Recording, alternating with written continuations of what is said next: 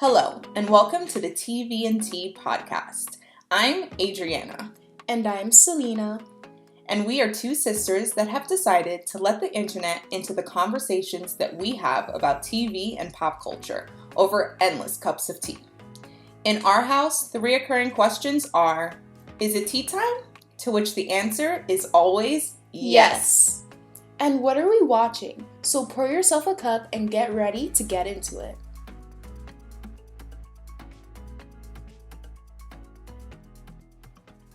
Hey guys! What's up, everyone? Adriana and Selena back at it again. Back at it again with another episode. Yes, and I'm super excited to get into this one. We're not going back to Netflix yet. We'll get back to it, but there's so many other shows going on.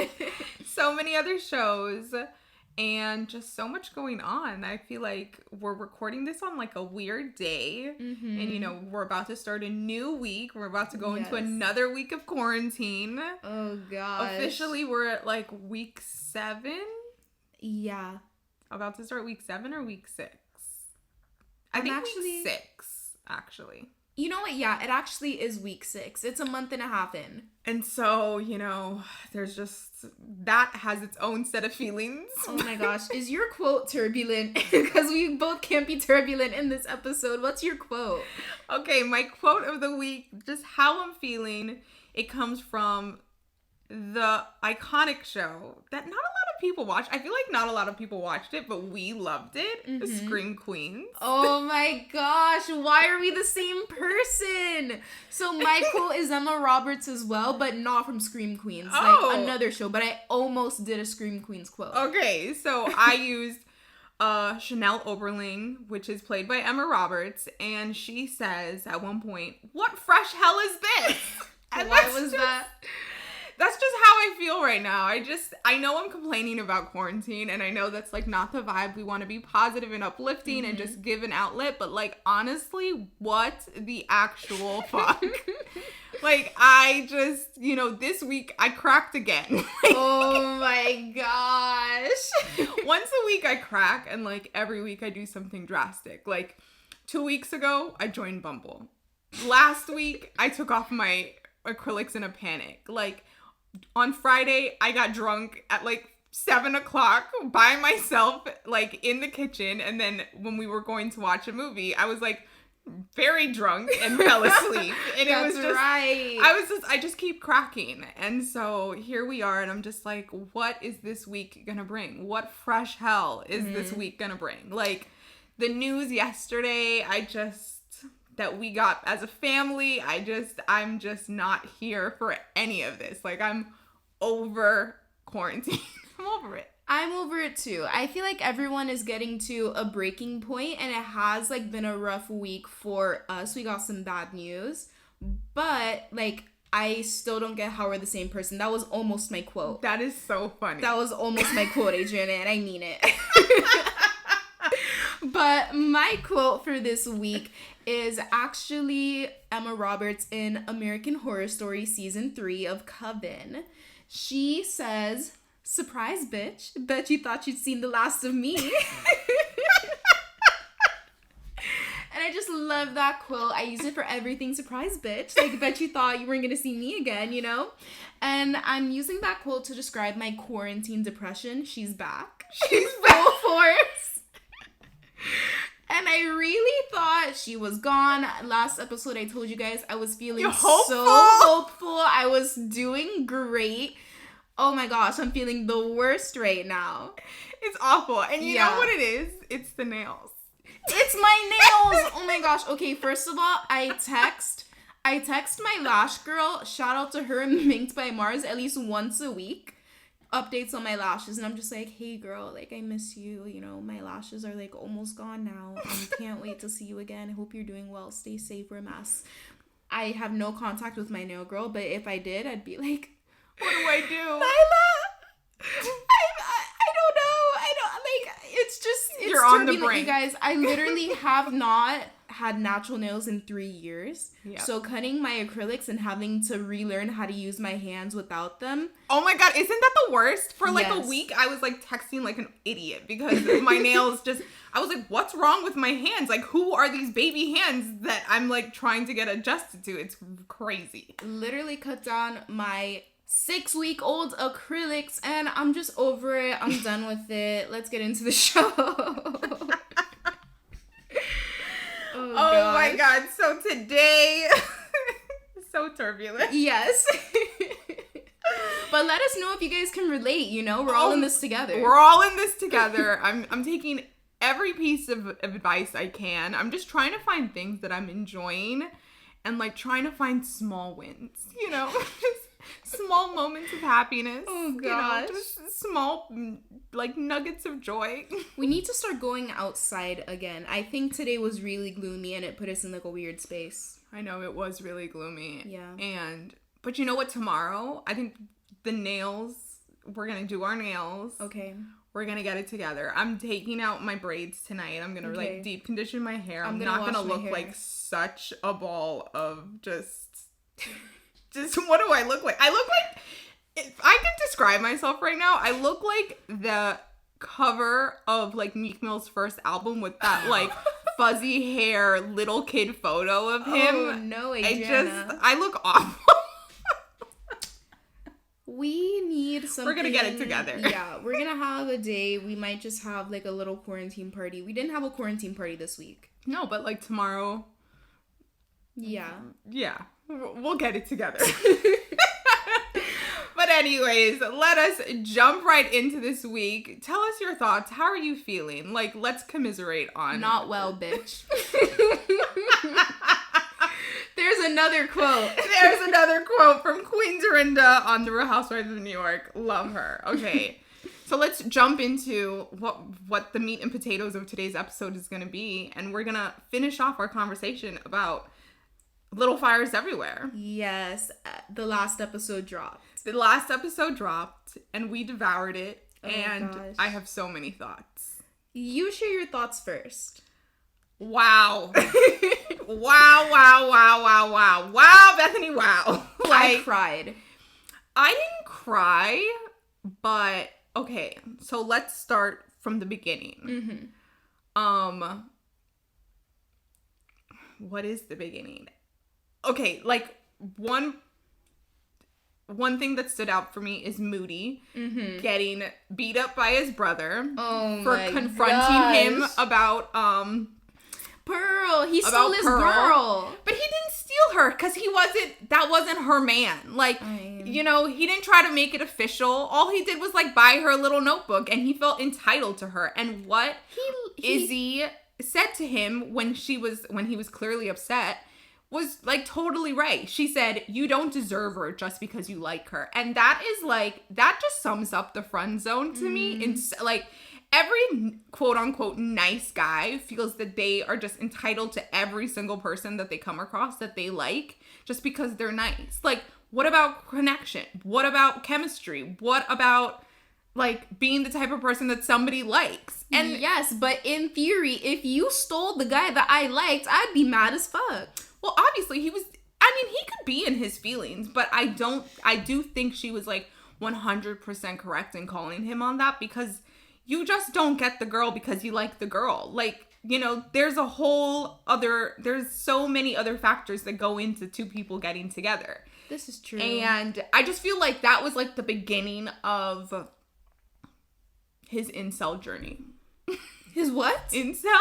What is that word? Like an incel is like a man that is usually not attractive and has very like aggressive and misogynistic. I was about to say, why does that sound like a rapist? Like misogynistic views towards women. It's like those men online that they have like those basically like hate groups against women, and they talk about all of their relationship struggles and the fact that they don't have like intimate relationships, and they try to blame it on the fact that they might not fit into the mold of like what a beautiful person is. Don't say that about Moody. But I just feel like in that moment, that's okay. So this is the thing. Like, guys like Moody grow up and they're like, that one bitch, she broke my heart, and now I'm gonna treat all you other bitches like the dirt that you are. And it's like, sir, that was one girl. Yes, like, maybe she didn't treat you 100% correct, but like,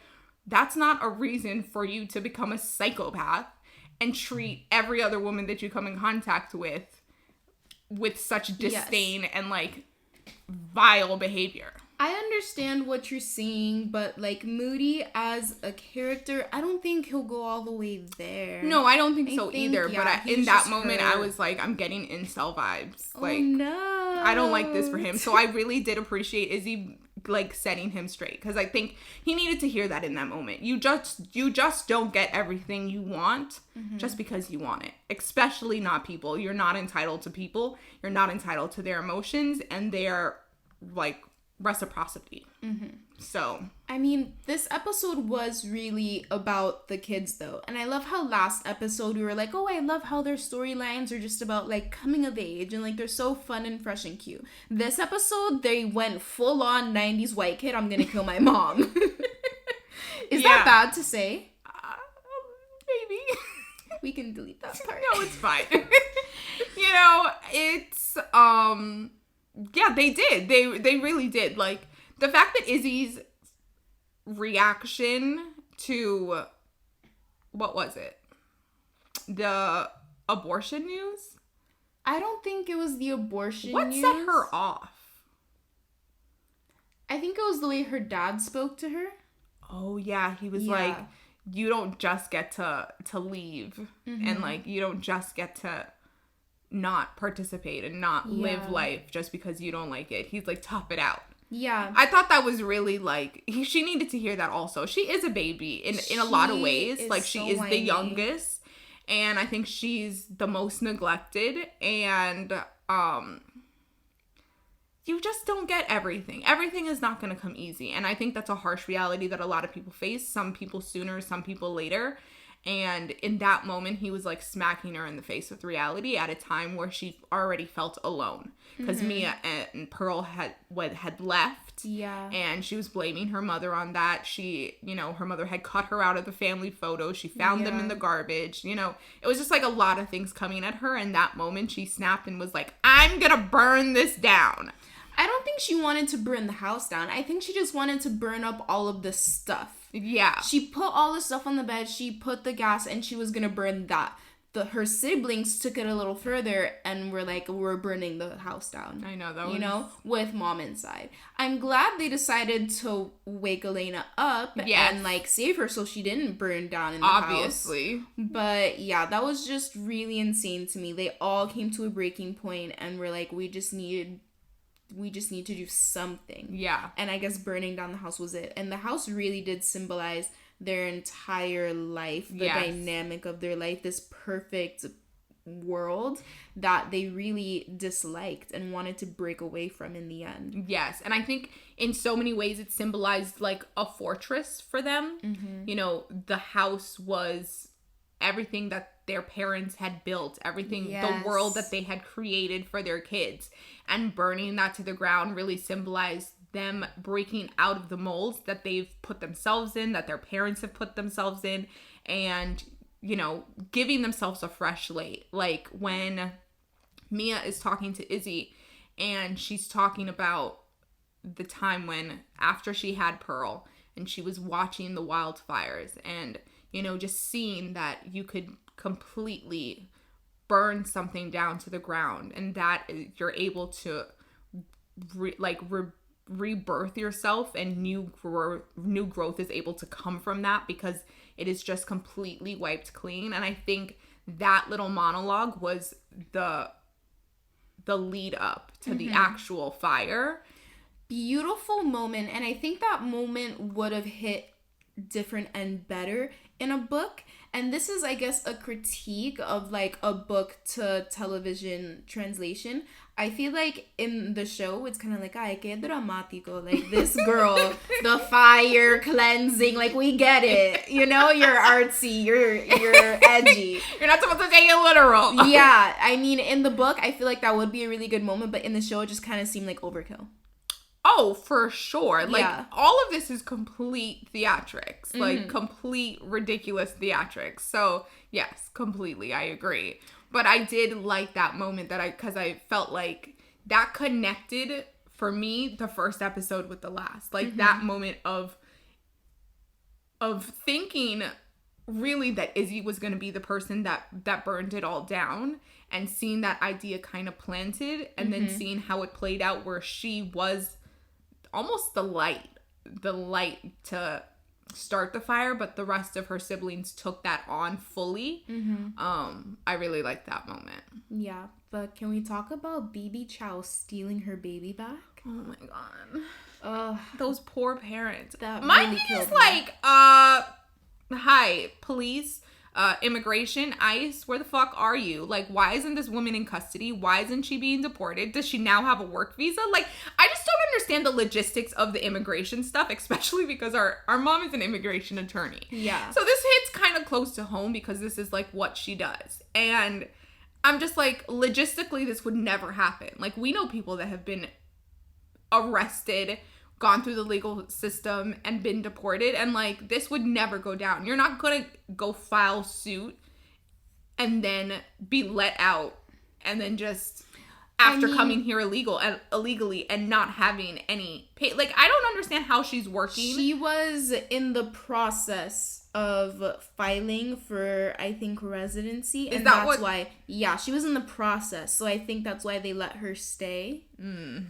Maybe the laws were different back then. I mean, we would have to fact check that. I don't know how accurate the show is. I know. I'm sure it's like they've taken some leeway, but like, for me, logistically, I was like, this makes no sense. Don't make sense. Where's ICE? Yeah.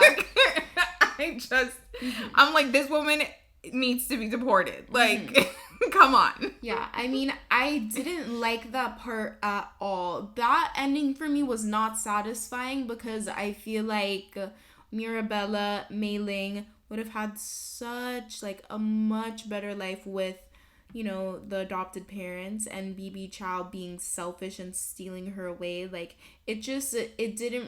we talked about this. We did not think she should have been allowed custody, so that ending was just not satisfying at all. But I guess like that's one of the tragedies of the story, is that she is selfish and stealing her daughter away, just like what's her name? Pearl. Scandal. Mia. Yeah, just how Mia stole Pearl away. Yeah, I didn't like that at all. I was devastated for that family. Like, I was really sad for them. And when she wakes up and she hears the baby kind of like move, I was like, girl, get out of bed. And then her fucking husband. It's always the man. Like, why did I think that? I was like, that is why you never listen to your dumb and clueless husband. Oh my god. I thought the same thing. I was like, of course the man is like, relax, let her self-soothe. Self-soothe? That's a baby. No, girl, go check on your baby. You would have bucked up on her. And, like, you would still I don't know. I was so frustrated. I was so mad for her. I was so devastated. Like, so mad. She is probably, like, I'm sure, like, she's gonna kill herself. She's a basket case. She's a basket case. Like, it's just, like, the devastation there is just too much. I couldn't even imagine it. But let's talk about how the other things ended. Did you like how Mia and Pearl made up and left and went to go see the grandparents? I thought that was nice. I like that too. I thought that was like a nice resolution for them, because it's like they're all they have. You know, she's not gonna go live with this quote unquote father that she's never met. Yeah. At 16 years old and abandon her mother. That just would never happen. And as mad as she might be, like, there's ways to like bridge those gaps. I liked Mia's character development in the last episode. She finally comes clean. She finally starts living an honest life with Pearl. And I feel like that's what Pearl really needed. And, you know, that's what brought them closer together, because their relationship was strained this entire series. Yes. Yeah. So I like how that ended up. I agree. I think she was able to leave a lot in the town. What was the town called? Whatever the town is called. Shaker. Shaker Heights. Movers and shakers. I think the whole art piece and then, you know, shooting it and, you know, completing that project and then moving into like living in the truth of what her whole life is and coming clean to Pearl. I do think in so many ways she like was rebirthed for herself. Like she could face herself finally. She could face her decisions. She could face her life. And she wasn't living in the shadows so much anymore. And I like that moment. And I like that now Pearl has an opportunity to like, you know, maybe form a friendship with her father. Maybe go in, like, be a part of that other family's life in some regard. Because I think, you know, you might be upset, but, you know, so much time has passed, you know, they might be able to, like, work something out. Like, I think there's a way to, like, bridge the gap, especially when children are, like, adults. And especially because it's been so long. Like, that family is so over the anger. And I think now I think they would just want to fill that void of, yeah, we do have a daughter out there. I would just love to have something with her. Yeah. So I liked how that story ended up.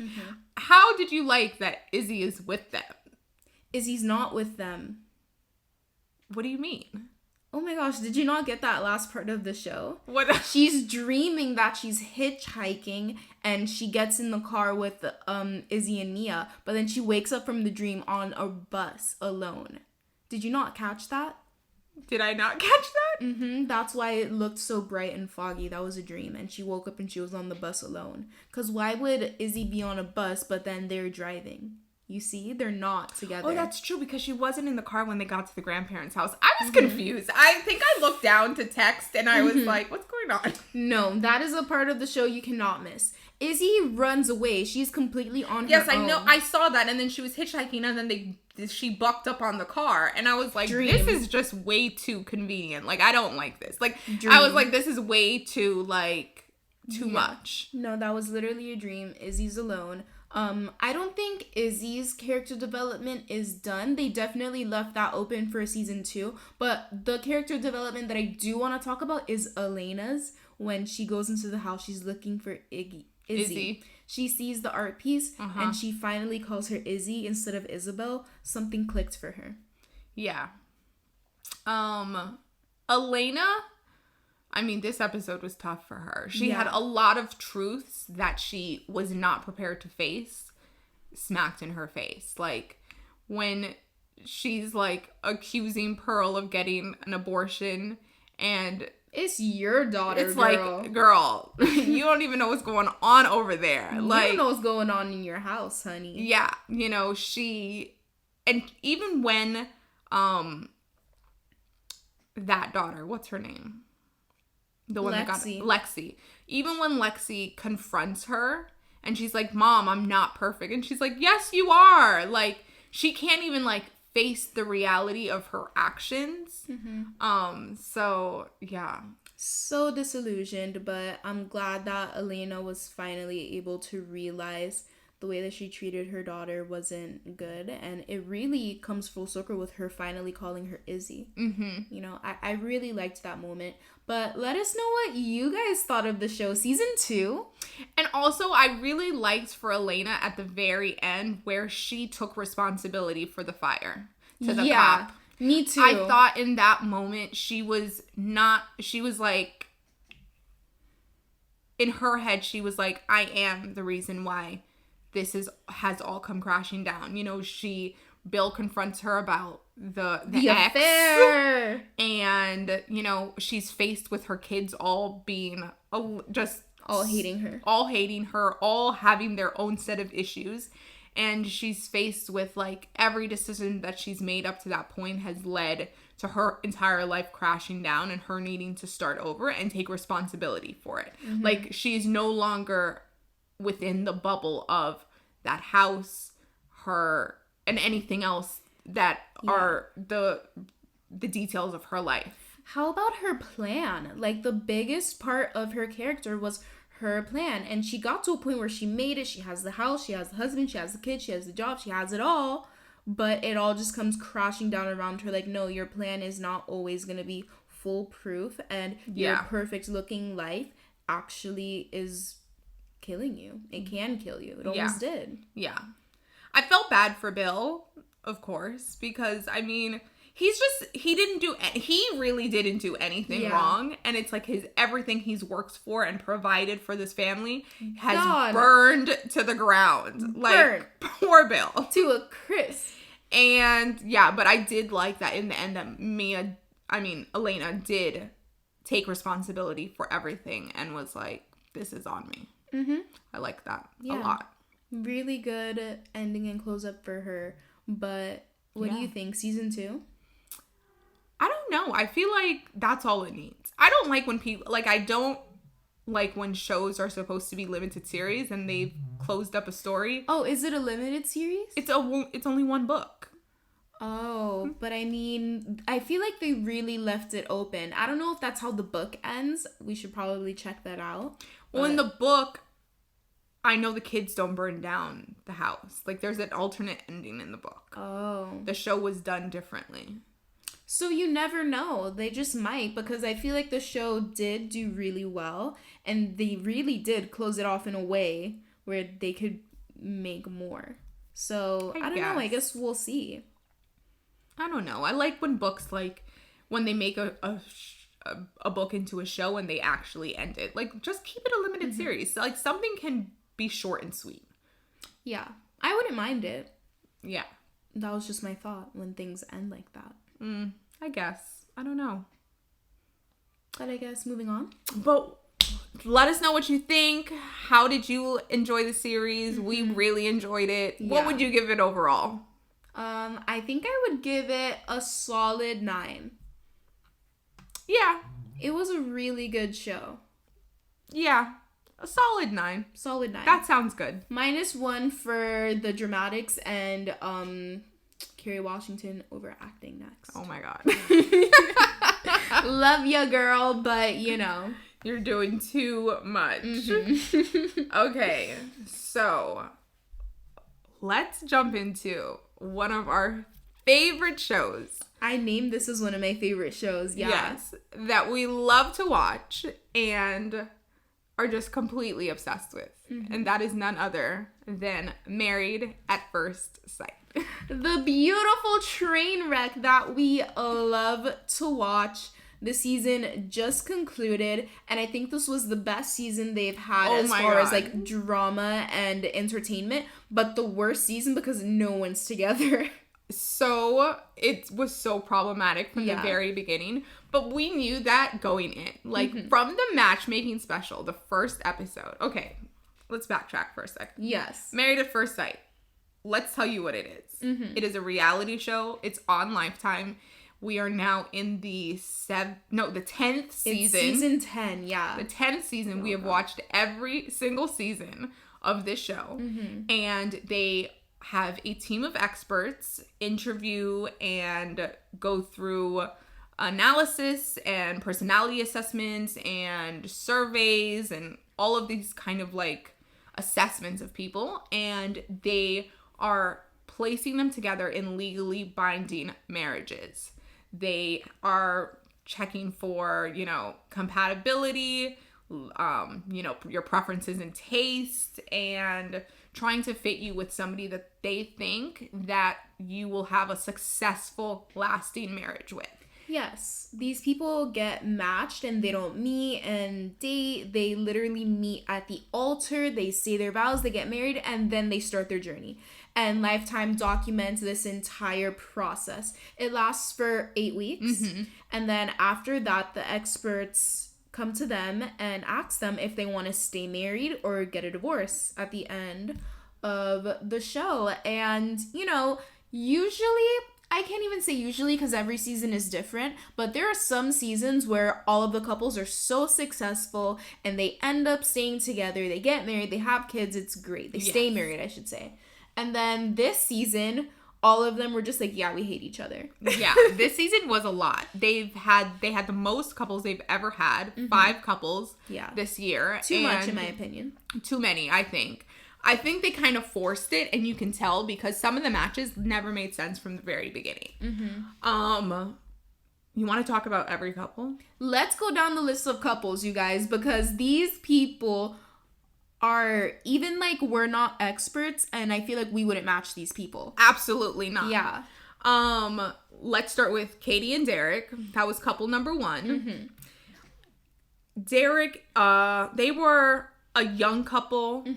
They seemed to match each other physically from the very beginning. Yes. They seemed to be on the same page as far as like vibe. Yeah. Like, you got a general feeling like this is the kind of girl that he would go for, and vice versa. But one red flag that always stood out for me with Katie was that she was still in love with her ex.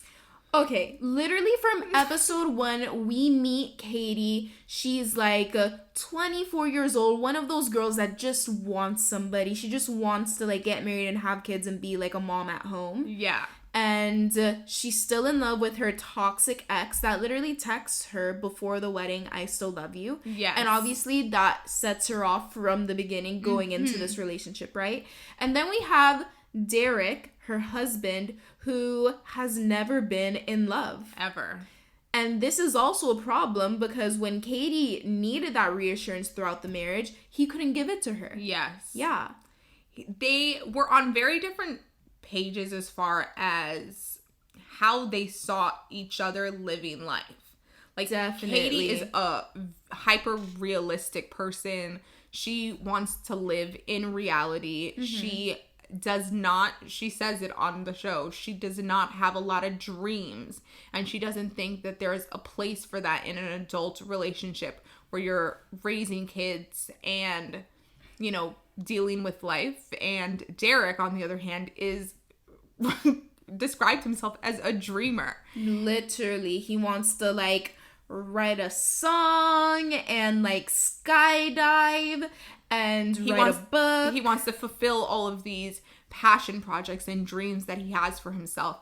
And she just doesn't understand how that would fit in with the life of an adult with a family.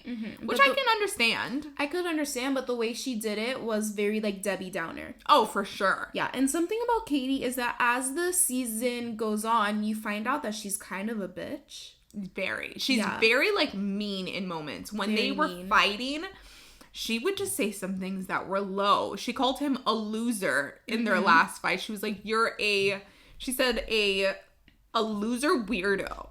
Yeah, she referred to him as a loser weirdo, her husband. Yes. And then it comes out in the reunion. Can we talk about that? Okay, yes, because the entire season is done. So if you would like to binge watch, please do so, and then, join us again. At the reunion, you see, at the end of the experiment, they decide to stay married. But then we find out at the reunion that 2 weeks after they made this decision, she confessed that she had an affair with her ex. With the loser ex. The same toxic ex from the beginning. So they're not together anymore. No, and I don't think she ever really wanted to, but I think she felt bad saying no at decision day.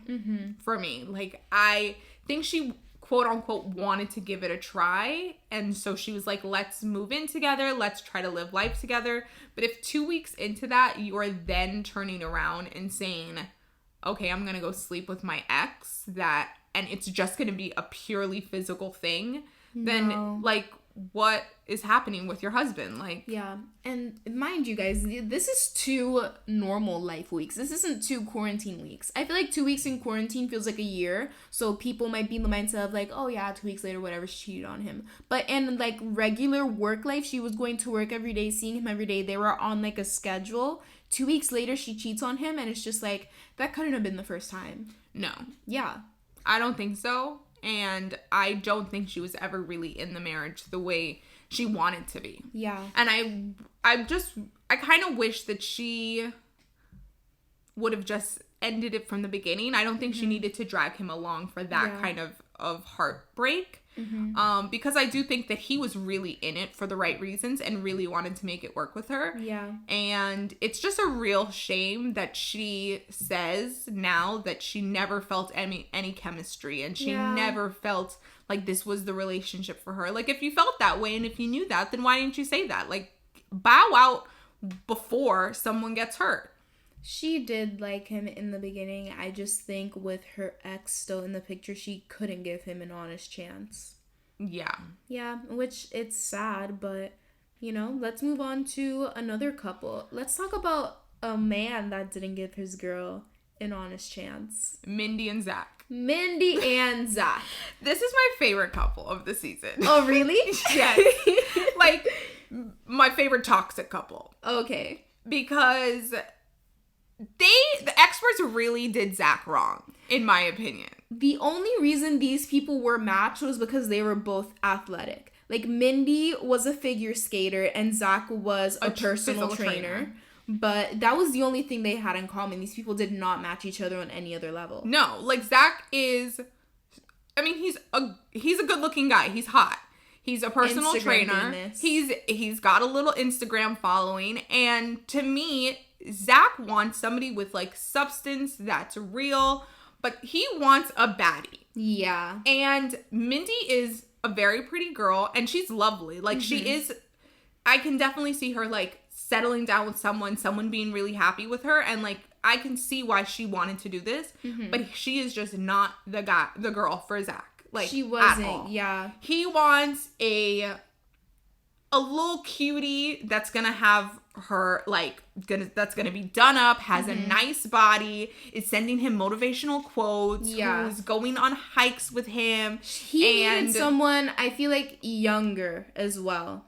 I think so too. Yeah. Like, Mindy was very, how do I describe this? She wouldn't wear heels. The way she would dress, like, I could see how they didn't really match each other in that sense. She was a very low-key girl, like, chill at home. And I feel like he needed a girl that's, like, more out there. That's, like, putting it on. Like, you know, she's dressed to the nines. She's got her lashes and her nails. And this might sound really, like, shallow, but you really do, I think, with men especially, you have to feed them physically. Yes, you have to be their physical type. Because I feel like physical attraction can build for women once they start to get to know a man. Yes. But for men, it is definitely harder for them if you're not, like, what they're picturing in their head as attractive.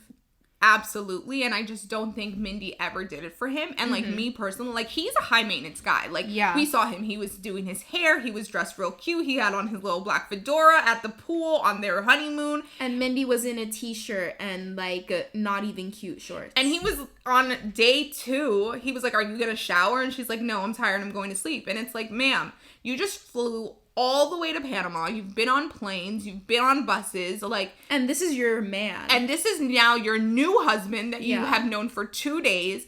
And you're on your honeymoon and you can't even make the effort to shower. I feel like that was a real big turnoff for him. And it was a real big turnoff for me. Like, I don't like a nasty person. So I could see myself in that situation and being like, this dirty gal.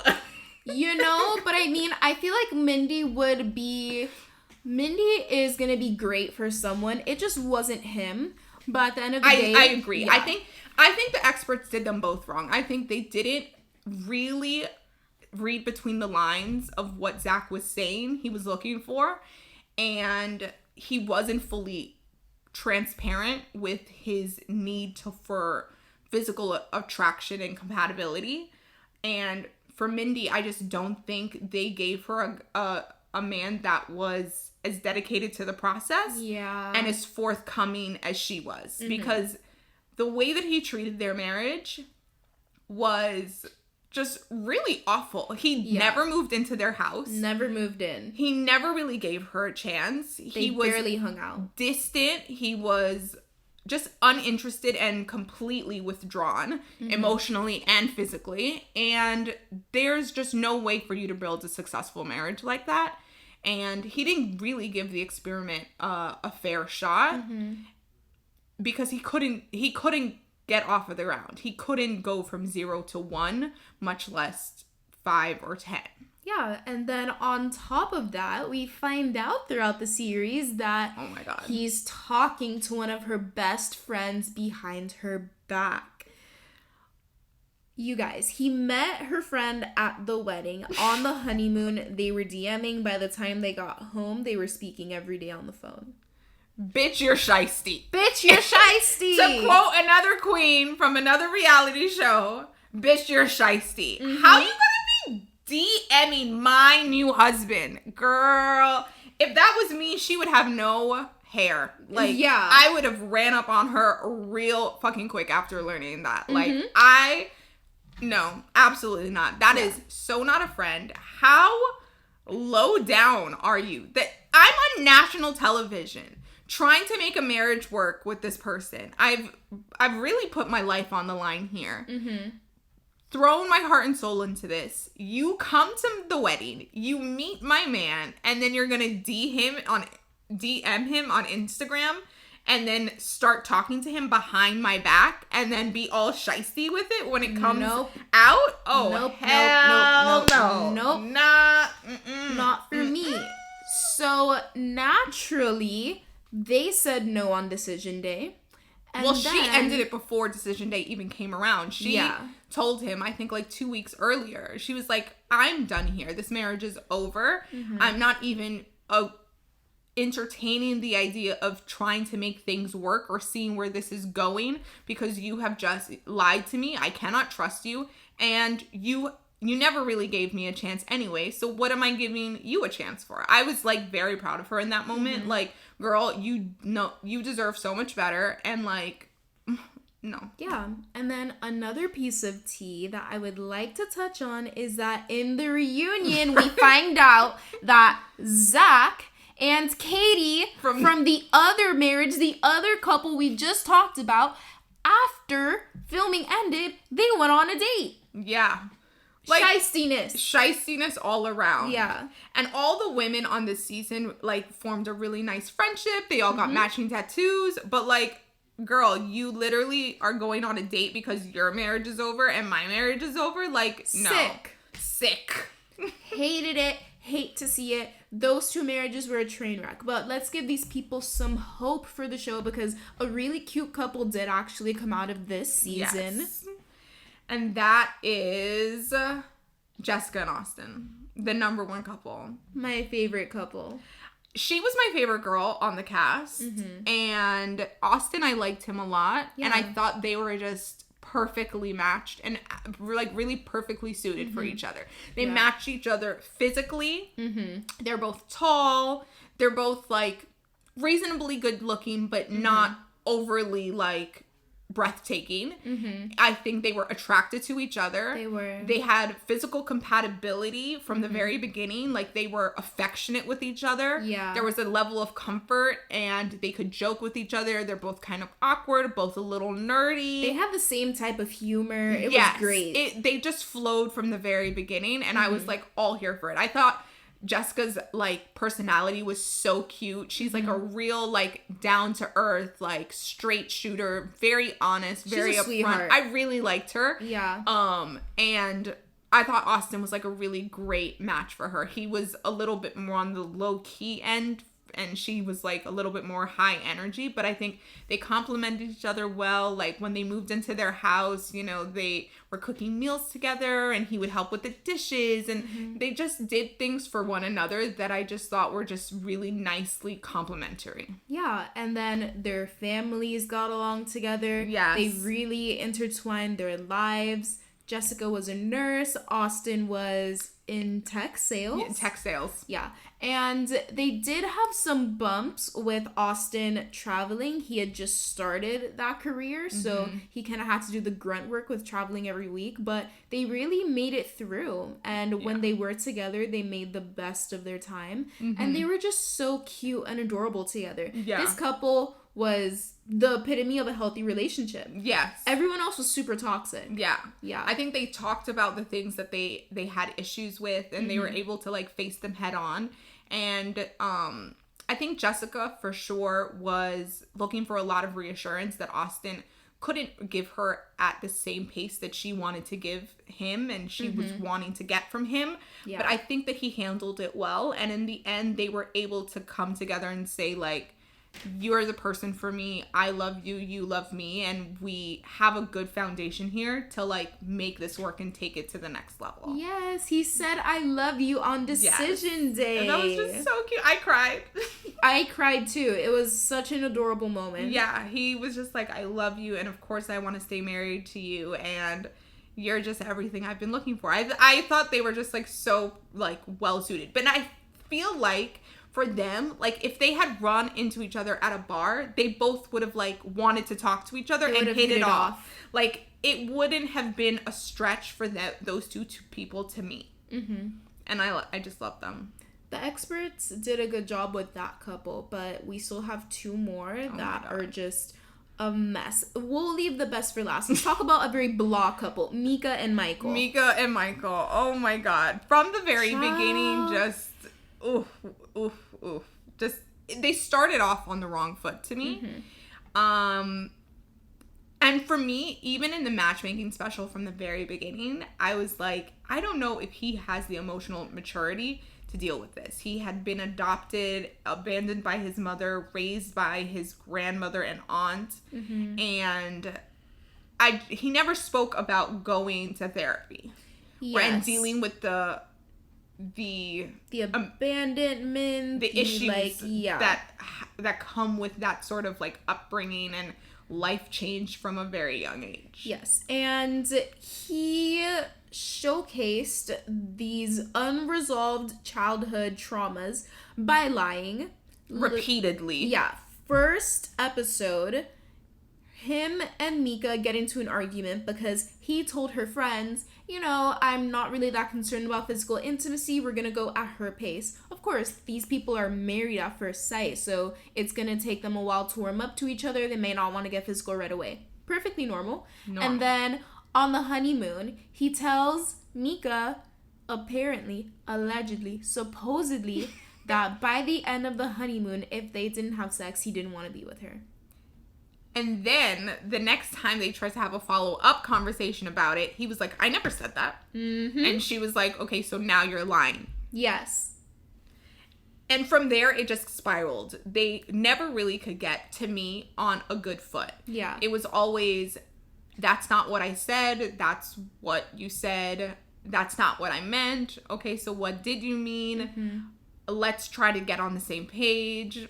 We're not on the same page. You're being weird. You're not engaging with me. I don't feel like you like me. I don't feel like I can be open with you. I don't feel like you're providing the space for me to be honest. Honey. It was a lot. It was bad.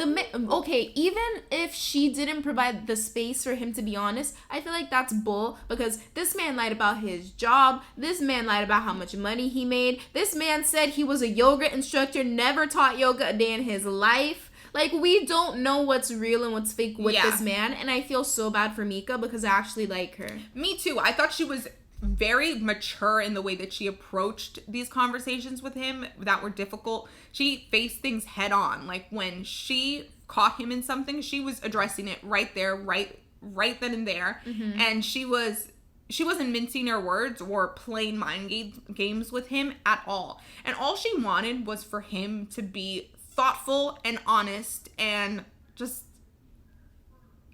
like straight up and upfront, and he just could never do that. And for me, if you don't have honesty in a relationship, what do you have? You can't take someone's word at face value if you can't trust anything they're saying. Yes. So, needless to say, that marriage did not last. They said no on decision day, and the reunion wasn't that eventful for them. They're still just broken up, and he needs to work on himself. Yeah, I think he has a lot of unresolved issues from his childhood, and he is just going about it. He needs therapy. He really needs therapy. A lot of y'all men could benefit from some therapy, baby. That's all I gotta say about that one. For sure. Especially the last couple. Ay Dios, Brandon and Taylor. They both sucked. Oh my God, this was like the worst couple that's ever been on the show. This even is worse than like Davina and that white guy. From season 2. No. Oh my God. I thought nobody was worse than Davina, and then Taylor came along and started talking about her husband on Instagram Live. Like, oh my gosh. You see, Taylor was supposed to be beauty and brain. She's like a research student, but she's also like a blogger, and then she's like a brand ambassador for this liquor company. She had a lot going on. We thought she was fun and fresh and cute until she wasn't. No emotional maturity. She literally went on Instagram Live after her and Brandon got into a fight and said, I have the most minimum effing requirements for a man. He needs to be tall, have good sex game, not crazy, never been to jail. And Brandon, who suffers from anxiety, saw that and was like, not crazy? She's telling me that I'm crazy? Oh, I'm shutting down. This woman is not for me. She's so insensitive. I can't believe she would do that. And they were just a mess. But Brandon has issues. Like, what is his trauma? Like, he's got some serious unresolved issues that stem from a place that I don't even understand. He suffers from anxiety, and I can understand that, but I have trouble like understanding just general anxiety that's not based around like a particular subject or that's triggered by stress or something like that. I mean, filming is a high stress environment, of course. But also, we know a bit about his background. Apparently, his dad left him and his mom when he was younger. Maybe that's a bit of trauma. Maybe.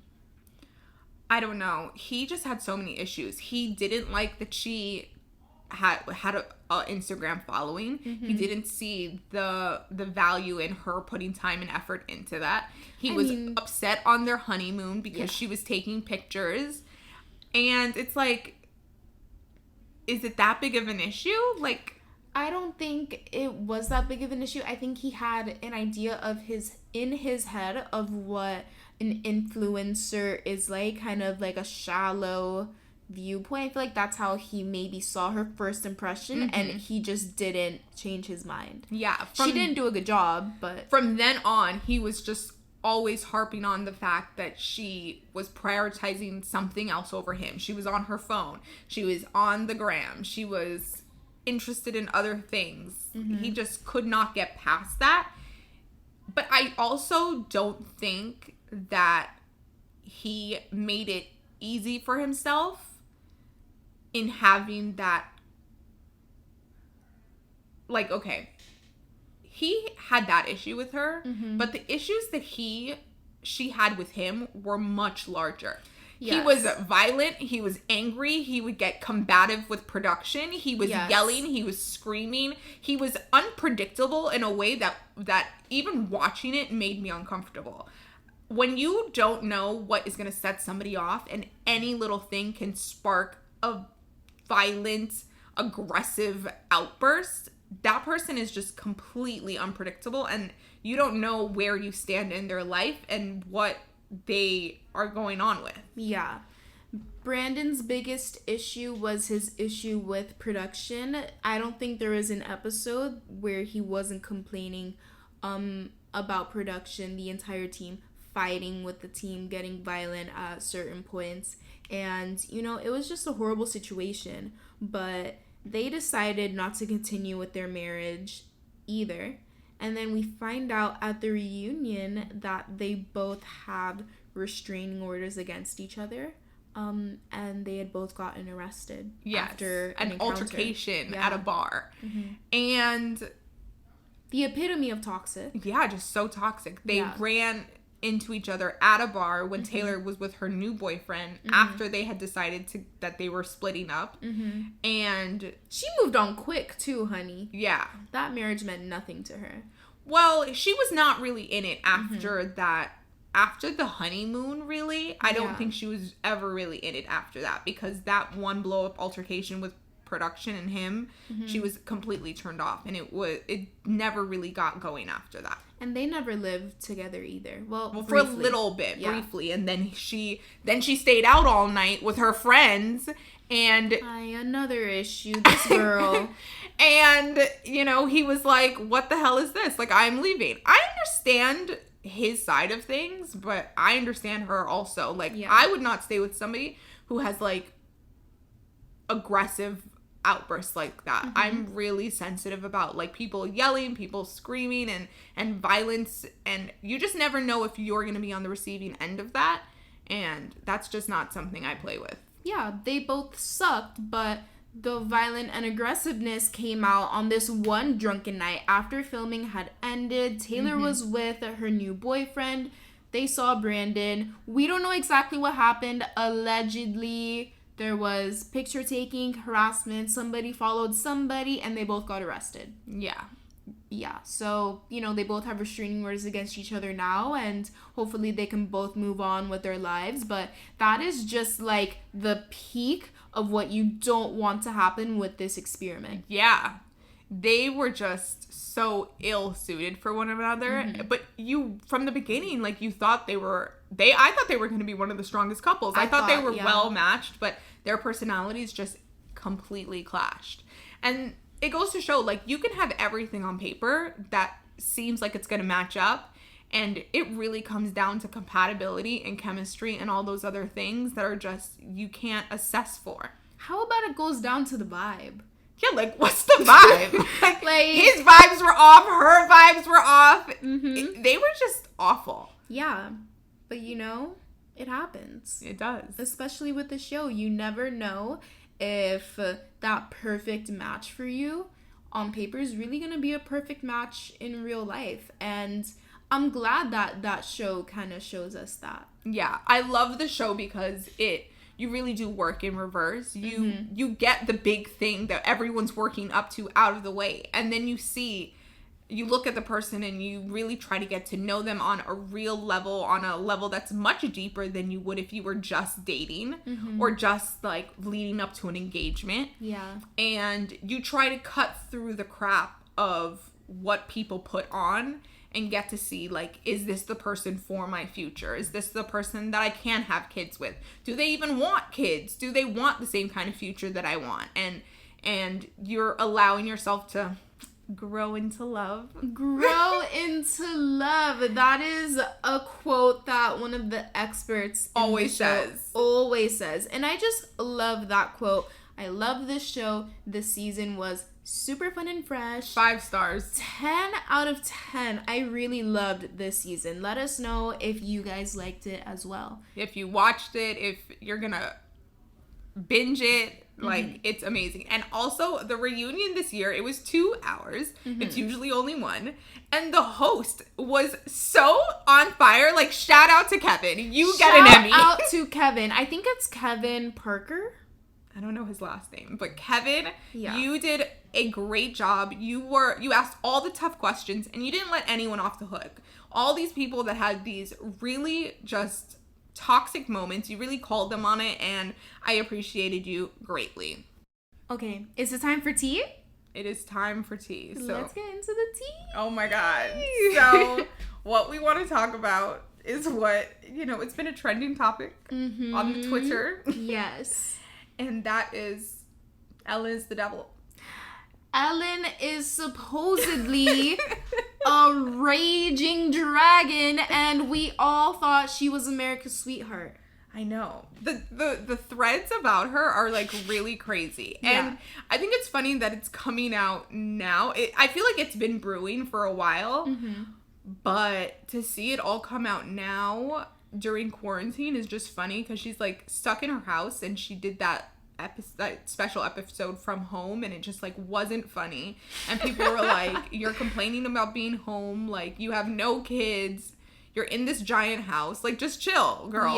Just vibe. And then it came out that her writers and her staff haven't had any sort of direction.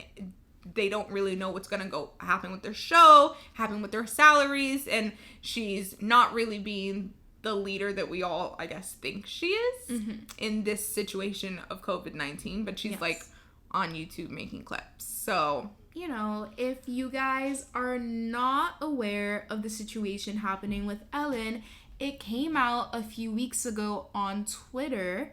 Well, basically, this guy tweeted, "Give me your worst Ellen story." Because apparently there was a running joke in Hollywood that Ellen is actually really mean. And everyone in LA has an Ellen story of her being super mean to them. Yes. So the comments are flooded with people giving their Ellen stories. One girl was like, "I was her waiter at a restaurant one time and she called my manager and demanded to have me fired because my nail polish was chipped." Someone else was like, "I went on the show and production was super mean to me. She was really mean to me in the breaks." Like, apparently she's just super mean to her staff and everyone, and everything on the show is an act. It's a high stress situation. It's a high...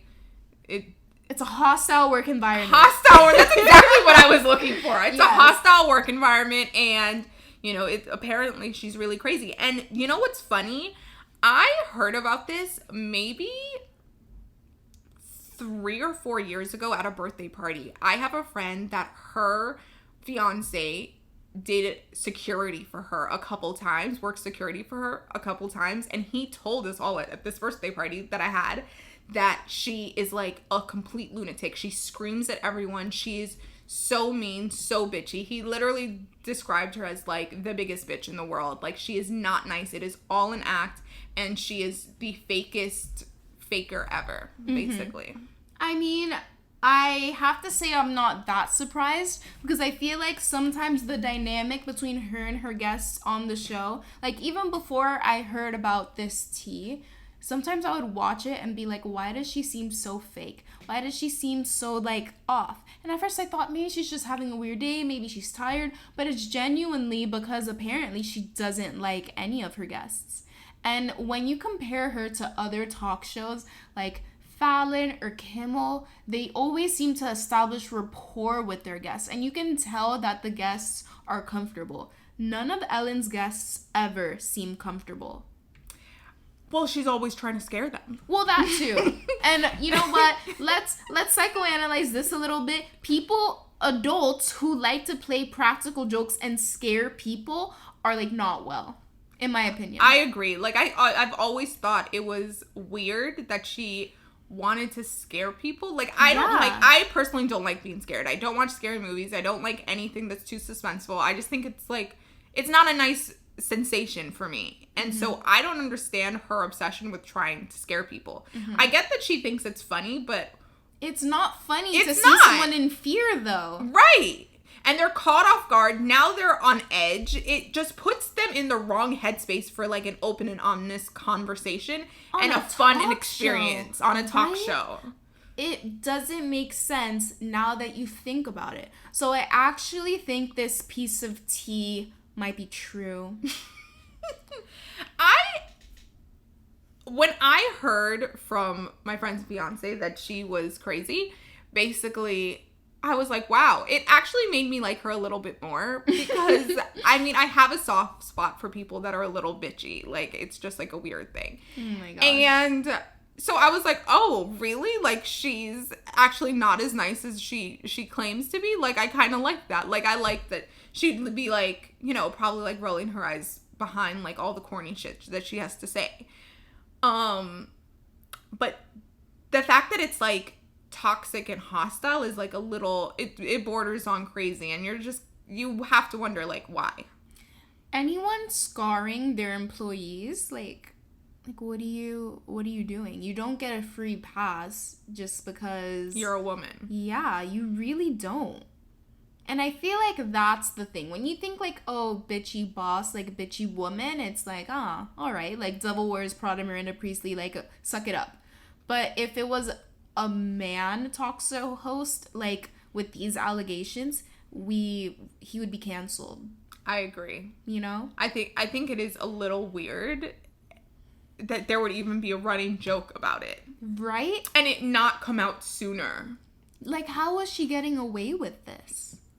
Yeah, and like if the work environment is really that toxic, like is there no one checking this? Is there no HR department? Like, what happens in Hollywood when this goes down? We don't know, you know? Hollywood HR is probably not a thing, because look at everything that happened with Weinstein and all the other movie people and all the music people that apparently like abuse their employees, you know? It's a weird place. But even like regular HR, like I know my HR at my old job sucked, and they would like not help the employees. So it all just depends. I guess. I don't know. I think these allegations are true, but y'all that are, you know, spilling tea about Oprah need to shut your mouth. I mean, we mentioned it, I think, last episode. Yeah.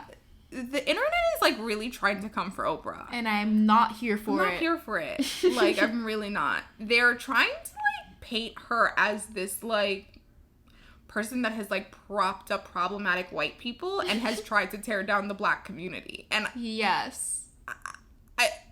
Excuse me? I really think the good sis Oprah did not know that, you know, she was wrong at the time when she, for example, did an interview with the girl that accused the Central Park Five. The Central Park Five. I agree. I think there is moments in her career that she would look back on and with hindsight being 2020, like of course you look back on that and you're like, wow, I was on the wrong side of history. But yeah. I don't think she is above admitting that or realizing that. I just don't think she's gonna do it on Twitter for people that are like trying to come for her. I don't think she needs to do that. And not everything needs to be addressed. Like, she's taking a page out of Beyonce's book. Like, she's not gonna answer for every single thing that the internet is now upset about. Yes, and for those of you who also don't know about the Oprah situation, there are rumors circling around the internet that say basically just a lot of conspiracy theories, like, oh, she was real close with Harvey Weinstein, she probably knew everything he was doing, she was in the crew with like Jesse Epstein and stuff like that, like some shady stuff. Basically she has covered up like certain aspects of people's misdoings, wrongdoings, for her advancement. Yes. And I just don't see the good sis Oprah doing that, and y'all trying to come for her, just stop. I know. And then last week, with everything that Dr. Oz, Dr. Drew, and Dr. Phil were saying, I mean, they are just like on the wrong side of history right now. They are really propping up all of these like really bad opinions on how COVID-19 should be handled, and that the economy should open back up, and that we should all go back to work, and, you know, losing 1% to 2% of the population isn't that bad. And they're on national TV like saying this over and over again. And yes, they got their start with Oprah. Yeah, everyone on Twitter is like, Oprah propped up these fake doctors that are spewing misinformation now. And I just don't think like it's Oprah's fault. Like, let's keep it where it is. Like, let's talk about Dr. Phil. Let's talk about Dr. Drew. Let's talk about Dr. Oz. But what does Oprah have to do with this? Leave her out of it. Leave her out of this. I mean, I'm very proud of how she's responding to this. Mum's the word. Yes. Don't say anything about it. These people are just conspiracy theorists. I agree. I don't think she should address anything. I don't think she will. But I wouldn't even agree with her if she did. Like, I'd be like, sis, why are you even bothering? But let us know what you guys think about these pieces of tea. What do you think about Ellen? What do you think about Oprah? But don't tell us anything bad about Oprah. For sure. No, definitely not. I don't even want to hear it. But yeah, let us know over on our Instagram at the TV&T podcast. Go ahead and follow us. And that's it for today's show. You can follow our personal Instagrams as well. Mine is XO Adriana Alicia. And mine is Selena Stan with 2 N's. We are super excited to see you guys over there. And then also don't forget to subscribe to us, whether you're listening on Spotify or Apple Podcasts. Eventually. Hopefully. Yes, soon. And leave us a rating and review. very nice things. Only nice things. Only nice. Okay. Peace and love. Peace and positivity. We will see you next week for another episode of the TV and Tea podcast. Bye, guys. Bye.